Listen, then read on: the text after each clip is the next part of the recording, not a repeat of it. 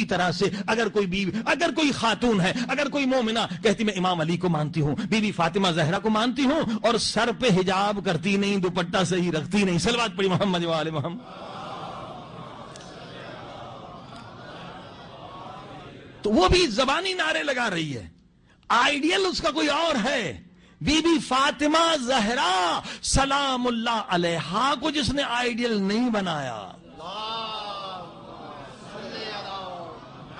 ہاں جی، چلیے داڑھی اور حجاب کا بڑا فرق ہے، اگر آپ داڑھی رکھیں گے ٹھیک ہے، آپ گناہ سے بچ گئے، مگر یہ نہیں کہ آپ کو ہمیشہ ثواب ملا جائے۔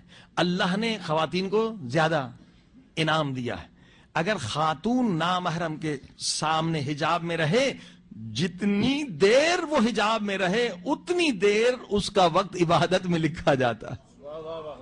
آپ داڑھی رکھیں تو بس ایک حرام سے بچے، عبادت کو ہی نہیں، صلوات پڑھی محمد و آل محمد۔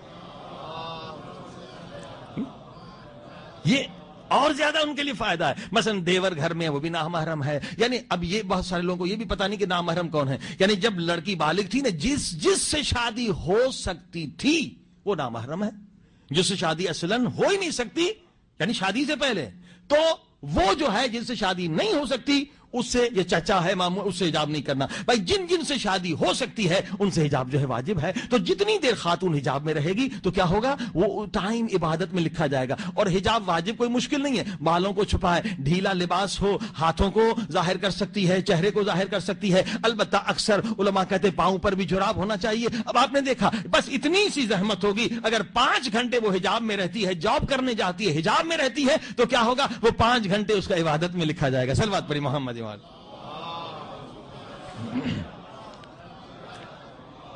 اچھا ایک اور نقطہ بھی بتا دوں، اگر آپ داڑھی رکھیں گے تو اس سے کوئی تبلیغ نہیں ہوگی، کیونکہ داڑھی سکھ بھی رکھتے ہیں، ہاں جی، تو اس میں کوئی تبلیغ کا عنصر ہے ہی نہیں، ٹھیک ہے، آپ حرام سے بچ گئے۔ داڑھی دوسرے لوگ بھی رکھتے ہیں، انگریز بھی رکھتے ہیں، لیکن خاتون جب حجاب کرتی ہے تو وہ حجاب کے ذریعے سے تبلیغ بھی کر رہی ہے، اور حقیقت ہے تبلیغ ہوتی ہے، بڑی تبلیغ ہوئی ہے۔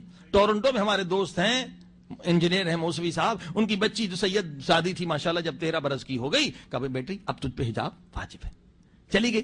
اب جیسے وہ بچی، سارے جو تھے کرسچن تھے، غیر مسلم تھے، انہوں نے مذاق اڑانا شروع کر دیا، یہ کیا لباس ہے، یہ بہت تنگ کیا۔ بچی تھی آخر 13 برس کی، واپس آئی، کہا بابا آج مجھے بہت تنگ کیا گیا، سب نے مذاق اڑایا، کہا کوئی بات نہیں، کل پھر جانا اسی حجاب میں، کوئی مذاق کرے تو اس طرح سے جواب دینا۔ دوسرے دن گئی، پھر مذاق، اب اس نے کہا بھی کل بھی تم نے میرا مذاق اڑایا، اب وہ اسٹیج پر تقریر کے لیے آ گئی، آج بھی تم تو 1-2 جملے میرے بھی سن لو۔ جو ساری لڑکیاں خاموش ہو گئی، کیا کہا، دیکھو تم حضرت مریم کا احترام کرتی ہو؟ سب نے کہا کیوں نہیں کرتے، ہم سارے عیسائی ہیں، حضرت مریم کو کون احترام نہیں کرتا، ہم سب عیسائی ہیں، حضرت مریم کا احترام کرتے ہیں۔ کہا میرا دوسرا سوال یہ ہے کہ تم نے حضرت مریم کا اسٹیچو یا اس کی تصویر دیکھی ہے؟ کہا وہ بھی دیکھی۔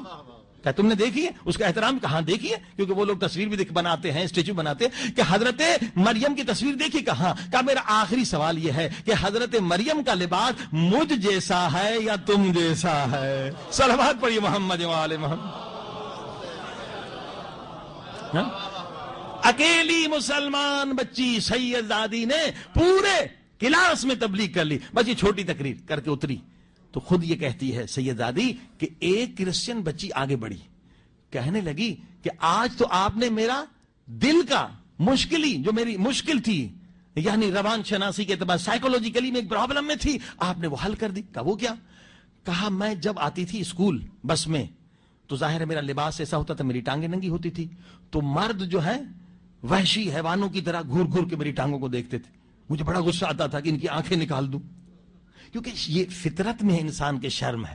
یہ جو میڈیا ہے نا پروپیگنڈا سے عورت کو بے شرم کرتے ہیں فیشن کے بہانے سے، اس کی فطرت میں تو شرم ہے، حیا، اور شاید دنیا کی کہیں بھی عورت ہو اس کے فطرت میں۔ کہا مجھے بہت غصہ آتا تھا کہ یہ لوگ کیوں میرے بدن کو دیکھتے ہیں، میں چاہتی تھی کوئی میرے بدن کو اس طرح سے وحشی کتوں کی طرح نہ دیکھے، لیکن میں سوچتی تھی ان کا کیا قصور، میں خود کو خود ننگا کر رہی ہوں، میں خود اپنی ٹانگوں کو ظاہر کر رہی ہوں تو ظاہر مرد دیکھیں گے۔ اب میں اس شش و پنج میں تھی کہ میں کیا کروں کہ کوئی مرد میرے بدن کو ہوس کی نگاہ سے، شیطانی نگاہ سے نہ دیکھے۔ آج تیرا لباس میں نے دیکھا، میری مشکل حل ہو گئی، میں بھی چاہتی ہوں تیری طرح لباس پہنوں اور میں بھی مسلمان بننا چاہتی ہوں۔ صلوات پڑھی محمد۔ الحمدللہ وہ بچی مسلمان ہو گئی. اب آپ نے دیکھا یہ حجاب کا فائدہ ہے. حجاب جب تک عورت کرے گی کیا عبادت میں لکھا جائے گا, اور حجاب کر کے جہاں پہ جائے گی جہاں جائے گی وہ کیا ہوگا, وہ ایک تبلیغ کا سبب ہے. اسی لیے اب دیکھیے فرانس والے حجاب کو روک رہے ہیں. انہیں بھی پتا ہے کہ حجاب بڑھتا چلا جائے گا تو مسلمان بھی بڑھتے چلے جائیں گے. صلوات پڑھی محمد و آل محمد.